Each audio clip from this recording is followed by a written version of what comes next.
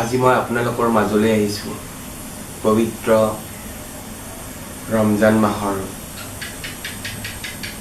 ঈদ উপলক্ষে। পোনপ্ৰথমে আপোনালোক সকলোলৈ ঈদৰ হিয়া ভৰা ওলগ জনাইছোঁ আৰু আপোনালোকলৈ মই আজি নামাজ পঢ়োঁতে ল'বলগীয়া সাৱধানতা সম্পৰ্কে কিছু কথা জনাওঁ। আহক পলম নকৰি ভিডিঅ'টোৰ মাজলৈ যাওঁ। অকল মুছলমান সম্প্ৰদায়ৰ লোকসকলে নামাজ পঢ়া এটা নিত্য দৈনন্দিন কাম। তেওঁলোকে ভগৱানক আৰাধনা কৰিবলৈ, আল্লাহক আৰাধনা কৰিবলৈ তেওঁলোকে নামাজ পঢ়ে। গতিকে নামাজ পঢ়োঁতে তেওঁলোকে কি কৰে, এইটো হাইপাৰ ফ্লেক্সন পজিশ্যনত বহে। নিটো আমাৰ হাইপাৰ ফ্লেক্সন হয়, নি এংকল এইবিলাক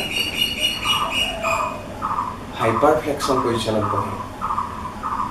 চ' যদি এই হাইপাৰ ফ্লেক্সন পজিশ্যনত বহা হয়, তেতিয়া যিবিলাকৰ আঁঠুৰ বিষ থাকে বা আঁঠুটো আনহেল্ডি, কিবা কাৰণত আঁঠুৰ লিগামেণ্ট প্ৰব্লেম হৈছে, তেতিয়া তাৰমানে এইটো কি হয়, নি পেইন যথেষ্টখিনি বাঢ়ি যাব। আৰু এই হাইপাৰ ফ্লেক্সন পজিশ্যনত গ'লে, হাইপাৰ ফ্লেক্সন আমাৰ নিটো এনেকুৱা ধৰণৰ থাকে, এই জইণ্টটো যেতিয়া কমপ্লিট ফ্লেক্স কৰা যায়, তেতিয়া আমাৰ মাছল আৰু লিগামেণ্টবিলাক ষ্ট্ৰেচ হয়, বেছিকৈ ষ্ট্ৰেচ হয়। এইটো হাইপাৰ বহুত বেছি ষ্ট্ৰেচ হৈ যায় আৰু তেতিয়া বেছিকৈ ষ্ট্ৰেচ হোৱাৰ কাৰণে এই মাছলটো উইক হ'ব পাৰে, জইণ্টটো আনষ্টেবিলাইজ হ'ব পাৰে।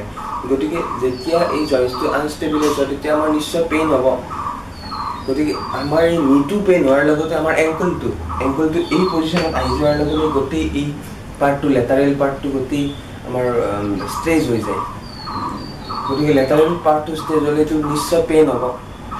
গতিকে এইখিনি আমি এই যিটো পেইন, এই পেইনটো ৰোধ কৰিবলৈ আমি কৰিব লাগিব কি, যিখিনি অলৰেডি পেইন আছে, যিখিনি তাৰমানে পেইন সহ্য কৰিব নোৱাৰে, তেওঁলোকে মূৰা এটাত বহি পেলাই নামাজ পঢ়াই ভাল হ'ব। আল্লাই সেইবিলাকত দোষ নধৰে। আপোনালোকে নাভাবিব যে আল্লাই দোষ দিব। আপোনালোকৰ যিবিলাকৰ পেইন আছে তেওঁলোকে মূৰাত বহি কৰাটোৱেই মই পচন্দ কৰোঁ বা মই ছাজেষ্ট কৰোঁ। কিন্তু যিবিলাকে ইচ্ছা কৰে এনেকৈ বহাৰ কাৰণে, তেওঁলোকে এনেকৈ বহি যেতিয়া নামাজ পঢ়িব, এনেকৈ বহি নামাজ পঢ়াৰ পাছত এই যিটো আমাৰ হাইপাৰ ফ্লেক্সন হৈ থাকিল, এই হাইপাৰ ফ্লেক্সন পজিশ্যনটো ৰিলেক্স কৰিবলৈ মই এটা পদ্ধতি শিকাই দিওঁ। এই হাইপাৰ ফ্লেক্সনটো ৰিলেক্স কৰিবলৈ তেওঁলোকে অৱলম্বন কৰিব লাগিব কি, এই মাছলটো ৰিলেক্স কৰাৰ কাৰণে এনেকৈ এক্সাৰচাইজ কৰিব লাগিব। ভৰিখন ষ্ট্ৰেচ এনেকৈ কৰিব লাগিব। ঠিক আছে? ঠিক তেনেদৰে এইফালৰটো ষ্ট্ৰেচ কৰিব লাগিব। আৰু এইটো প্ৰথম এক্সাৰচাইজ। ছেকেণ্ড এক্সাৰচাইজ, এনেকৈ টাৱেল এখন ৰোল বা গাৰু এটা এনেকৈ লৈ আঁঠুৰ তলত লৈ এনেকৈ আঁঠুটো হেঁচিব লাগিব।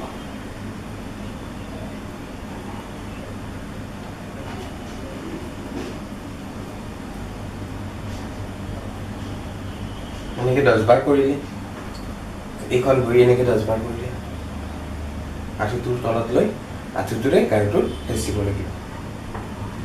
আৰু এই এংকল জইণ্টটো এইটো মুভ কৰিব লাগিব। তেতিয়া এংকল জইণ্টৰ মাছলটো ৰিলেক্স হ'ব আৰু হেল্থি হৈ থাকিব। ঠিক তেনেকৈ এইটো